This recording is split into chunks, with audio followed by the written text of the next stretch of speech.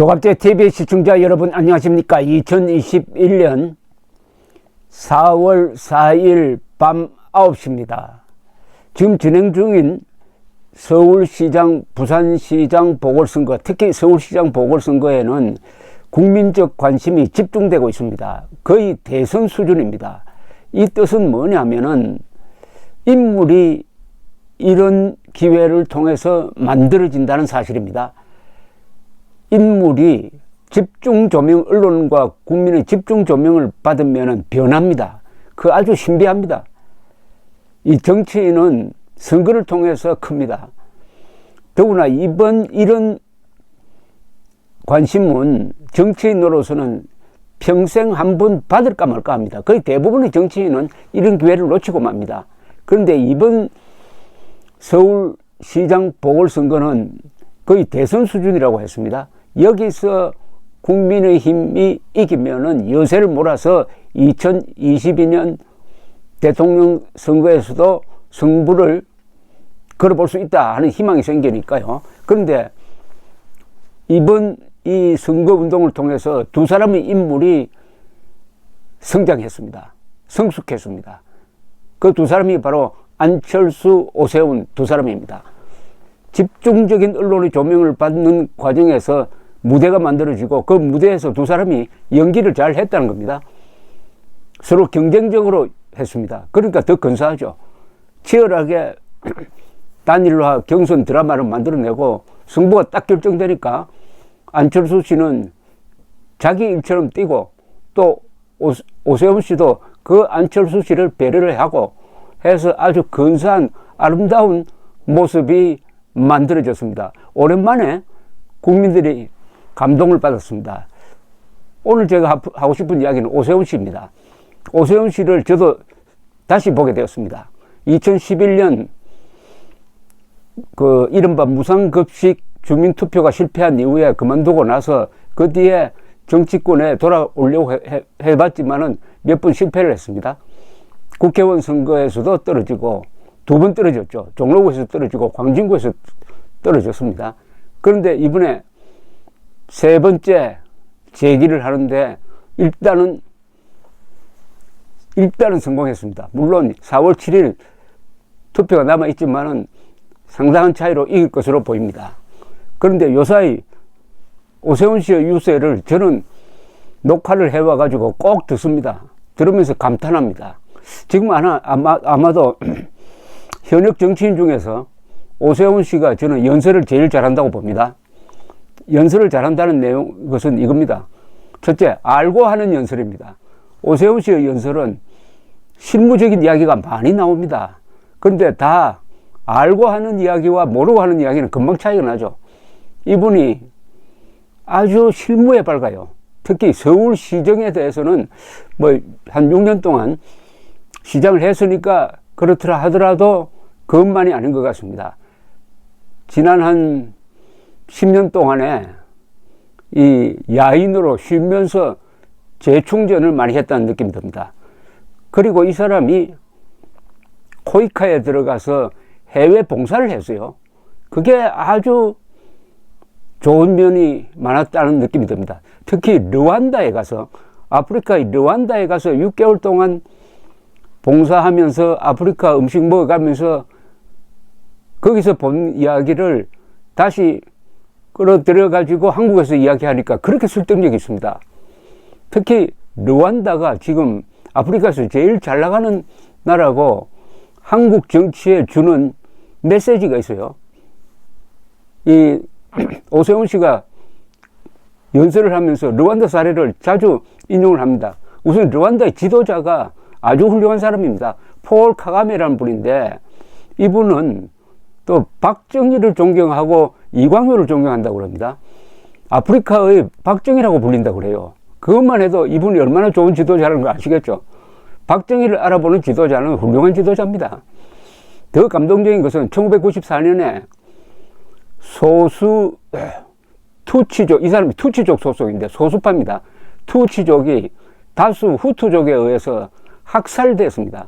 80만 명이 한 달 사이에 죽었어요. 그런데 그 투치족을 이끌고 이 사람이 게리라전을 해가면서 결국 루안다를 차지했습니다. 그러면은 학살이 가담한 후투족이 얼마나 전전긍긍했겠습니까? 그런데 놀랍게도 80만 명이 죽었는데, 그것도 대부분이 맞아 죽고 칼로 찔려 죽었는데도 폴 카가메라는 분이 복수 안 하겠다고 선언했습니다. 이게 대단한 것 아닙니까? 그 80만 명이 죽었으면 그 원한이라는 게 어떻겠습니까? 자기가 정권을 잡고는 복수하는 걸 금지시켰습니다. 가해자에 대한 복수를 금지시키고, 우리 연립정부 만들어가지고 같이 나가자. 그러려면 경제가 발전돼야 한다. 그래서 이광요, 박정희를 모델로 삼아서 지금 아프리카에서 가장 경제가 잘 된다는 이런 이야기를 하면서, 오세훈 씨 이야기는 거기 가보니까 한국에서 60대, 70대 우리 국민들, 눈에 광채가 나던 그런 국민들, 르완다 국민들이 바로 그런 국민이다. 이런 이야기를 하면서 문재인 대통령이 분열 정책을 쓰고 국민들을 이간질시키는 걸 비판하니까 얼마나 이게 실감이 있습니까? 그런 연설. 그 다음에 이분이 연설을 할 때 보면은 원고 없이 하는데 쓸데없이 목소리를 높이지 않아요. 차분하게 합니다. 아주 이야기하는 스타일로 해요. 좋은 강연 듣는 것 같습니다. 그것은 이미 머리에 정리가 잘 돼 있고 자기가 알고 자신 있는 걸 이야기하니까 그렇게 할 수 있는 거죠. 연설을 하다가 보면 사람이 아무래도 현혹됩니다. 어떤 현혹되냐, 박수를 많이 받기 위해서 오버 액션 할 가능성이 많아요. 근데 그걸 하지 않습니다.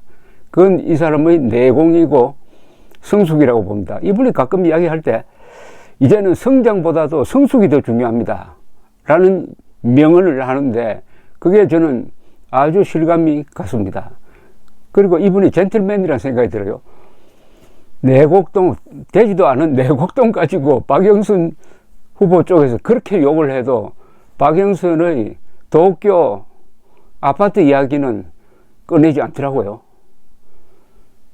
꺼내지 않더라고요. 그것만 해도 이분이 참을성이 대단한 게 아니라 자존심이 있는 거죠. 그것까지 끄집어내가지고 내가 시비 걸어가지고 표를 얻어본들 하는 그런 생각도 했을 것이라고 생각을 합니다. 그리고 연설을 할 때 보면은 배려해야 될 부분을 두루두루 이야기합니다.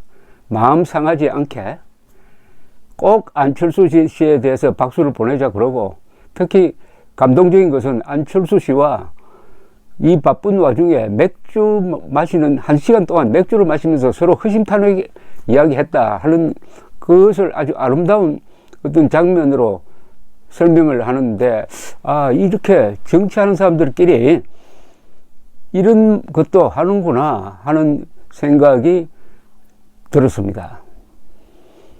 안철수 씨도 지금 참 잘하고 있습니다. 특히 부산까지 내려가서 선거운동 열심히 하고 있고, 특히 사전투표 캠페인을 벌려주고 해서 안철수, 오세훈 두 사람이 서로 상승작용을 일으켰습니다.